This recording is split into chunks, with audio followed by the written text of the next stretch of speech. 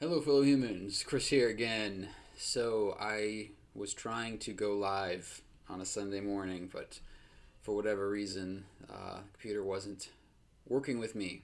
So, doing a regular video here. For anybody that was around last year, at the beginning of the year, I did a little personal walkthrough video where I walked around my neighborhood and just did like general updates on myself. I want to do something kind of similar this year, but not quite the same. It's also really cold out, so I don't want to go out and walk around. Um, and I was trying to think of just things that I want to share. So, fortunately, Mr. Mikey Atkins gave me good, good material to start with because you made a comment about a book called Letters from Earth by Mark Twain and asked me if I'd read it. And as it turns out, not only did I read it, I actually have the cassette tapes of it. So here's Wild Humors of the West, and here's Letters from the Earth. And these are actually audio performances by McAvoy Layne. So this guy right here, and there's of course Mark Twain, aka Samuel Clemens, of course. So the funny thing is, these are actually like cassette tapes, right? And I don't have a cassette player to play them on currently. So I might check out the library and see if they have the actual print of the book here. The funny thing about this, it's actually a really good story. So McAvoy Layne is a professional Mark Twain impersonator, and he goes around the country sharing stories from Mark Twain's books. So when I was about 14 years old, I went with my grandfather, and you can see right there, I'm trying to strategically place my finger. So, signed by McAvoy Layne. So I got to meet him with my grandfather after his show. And it was pretty cool. And then my grandfather bought me these, and he was able to get him to sign it.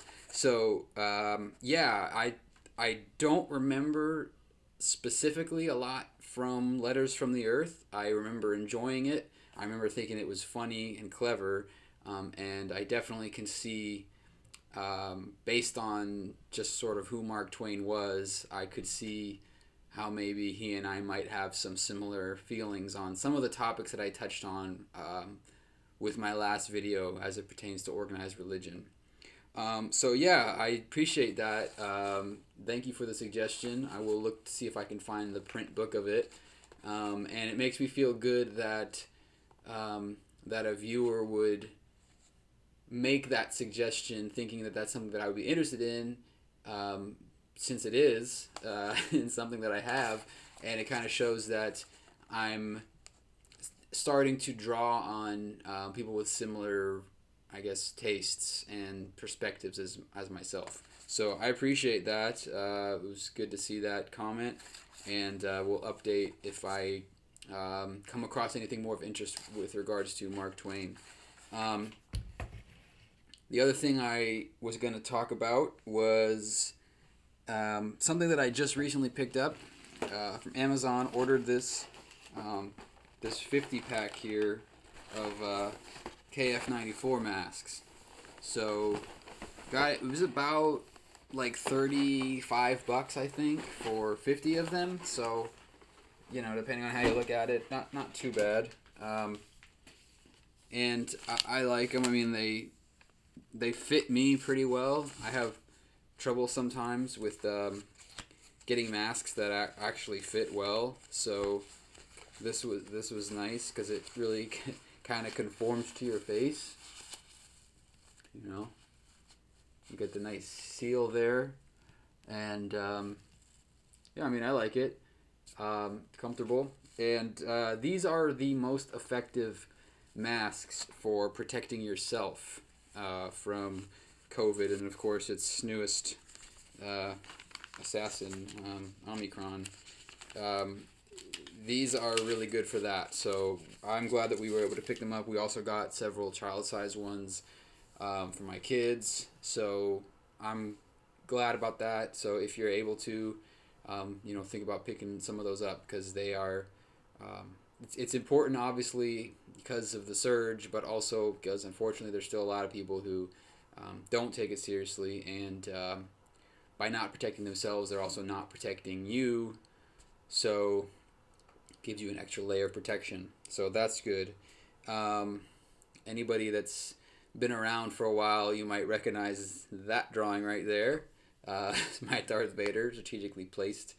Um, and the one other thing I want to talk about, I wasn't even sure if I was going to put this in a video. I don't know if it's enough of a story to stand alone, but I think nestled with my talk about Mark Twain and my talk about KF94s, it can kind of round out the topic there. So it's just an interesting story. The day before Christmas, also known as Christmas Eve, um, I had I had well to back up for just a second the story. A couple of weeks prior to that, we had gotten a shipment from Target that we hadn't ordered. Basically, our orders got mixed up with somebody else, and we ended up with this really big, nice, warm quilt, wrapped up really nicely. Big, thick blanket. But we had no use for it, so called Target and explained to them what happened. Long story long, they told us that our orders had gotten mixed up, so they were going to reroute, send us our orders, and they told us just go ahead and keep the blanket. It's too much trouble to have you send it back, so we'll just eat the costs. So we have this brand new, super nice warm blanket, but we don't really need it. So we thought, well, maybe we can find somebody who needs it. There's plenty of people in my town who definitely could use it. So we ended up taking an old bag, and I put in fruits, granola bars. I put in that big blanket, several sets of old warm clothes and sweaters, a pack of waters, and just a couple other little small things, gloves, brand new beanie, things like that. And just decided that I was going to take it out into town and just give it to one person. And typically, if you go through my town, it will not take you long to find somebody who would take that. At least I thought. But I ended up driving around for quite a while, and I was actually pretty surprised because normally, again, it doesn't take long to find somebody. So I'm driving around for a while, and then it kind of dawned on me that we had just had a series of severe storms, and a lot of people's tents had been wiped out. So I figured that's probably has to do with this. Maybe some of them are still in the warming centers. But anyway, I just kept driving around, and then I'm driving down. It's been like 45 minutes now, and I come across this intersection, and there's this fellow on the corner, and he's carrying a sign. He's got a blowhorn, like a speaker horn, and he's just yelling out. I don't know what he's yelling, but he's got a Jesus Saves type poster, and he's yelling out all kinds of instructions about what you must do with regards to Jesus. Um, so normally not somebody that I really do a lot of interacting with, but I recognize this person. I've seen him before.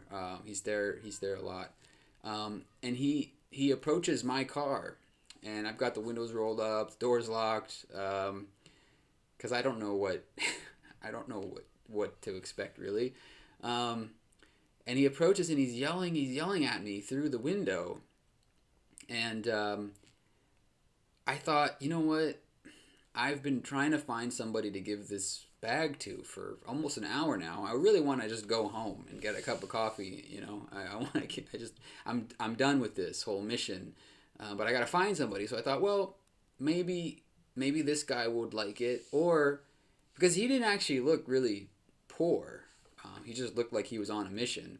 But in being the kind of person that he is, who feels so strongly about sharing the word, perhaps he has people that he knows that would appreciate that sort of thing, or maybe even a church.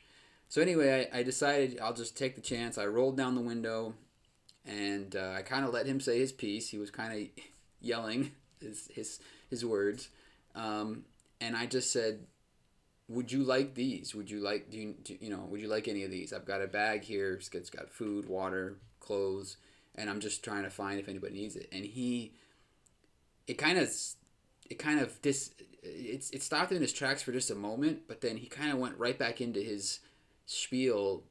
But he was saying, "I don't need anything." No, I don't need anything. But he kind of turned it around into what you need and what these people in the cars need. And again, it just sounded like a lot of really gibberish, if I'm being totally honest. But in the way he presented it, not exactly something that's going to draw in a lot of people, I don't think. But anyway, he quickly dismissed me, and then he kept walking. And I thought there was something there that maybe was worth sharing here. I think that it's important to, I mean, if it's something that you truly believe in, I guess I get it. Like, even though I don't subscribe to that, if you really believed in what Christianity says is going to happen to you, if you don't accept their standards, I mean, I guess I could see wanting to share that with people because you want to save people from misery, and I guess that's a noble cause. But I was thinking the way he so quickly rejected me, and not even in a like, you know what, I don't need that, my brother, but thank you for, kind of reaching out into your community and trying to help out, because surely I think that's the kind of thing that Jesus would have subscribed to and endorsed, from what I understand anyway. But he was just so on message, and then continuing with his spiel. And I thought, it's great that he's doing what he believes in, but at the same time, you have to be a sponge with the world. You have to be able to engage with people. And I feel like there's a metaphor there, even with the YouTube channel, where I like to share things. I like to share my thoughts and opinions at times, but I also like to hear back from people. And really, that's the thing that keeps me coming back more than anything. If I didn't have, I don't need a lot of subscribers and people to interact with, but I need some. Just a few even will keep me coming back. If I didn't have any, I probably wouldn't still be doing this. But if I just said my piece, and then everybody that commented, I just said, thanks for the words, and then moved on, it wouldn't really be conducive to any kind of growth on either side. So I just felt like this was a missed opportunity, maybe on both sides, to kind of grow and learn from each other, because I often find that I will be prejudiced in situations where I don't know somebody, and that's not like a discriminatory or racist thing. It's just a taking your own personal experience of certain situations and applying it in a place where, other than all things being equal, you don't know what you're dealing with. So I've always kind of scoffed a little bit at people that go out doing things like that. But I think it's good to try to see the best in people. But the fact that he was so dismissive of what I was trying to do made me feel like he's not thinking about the bigger picture. And even being able to reach out to like a non-believer like myself, and finding some common ground there with trying to help a stranger. I don't know. Maybe I'm reading too much into it, but I guess what I took away from that was try to stay on point with your message, but also try to be fluid at the same time. Listen to what the universe is giving back to you, from what you're giving out to it. and let that kind of soak in a little bit, because I think you could learn from that.